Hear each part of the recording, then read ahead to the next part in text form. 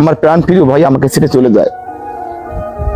সবাই দুঃখ বেদনা, সারা বাংলাদেশের মানুষ দেশের গন্ডি পেরিয়ে বাইরেও গেছে, হয়তো সবাই কান্না করতেছে, কি রত্ন হারাইলো। মা হারাইছে তার সন্তান, আমার ভাই বউ হারিয়েছে তার স্বামী।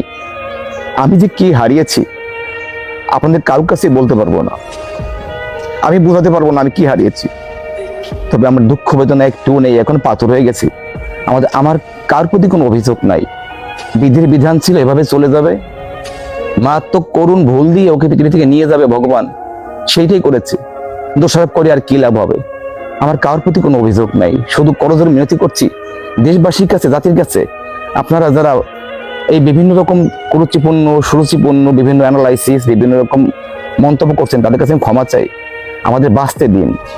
আমরা কি হারিয়েছি আপনারা হয়তো অনুভব করেন, কিন্তু এভাবে না করে সান্ত্বনা দিয়ে যাতে দুইটা পরিবার ভালোভাবে থাকতে পারে, মেয়েটাও যেন সদ্গতি হয়, আমার ভাই যেন আত্মার শান্তি পায়, আর আমাদের বেঁচে আছি পৃথিবীতে, আমার ভাই বোনদের মাকে নিয়ে বাঁচতে পারি,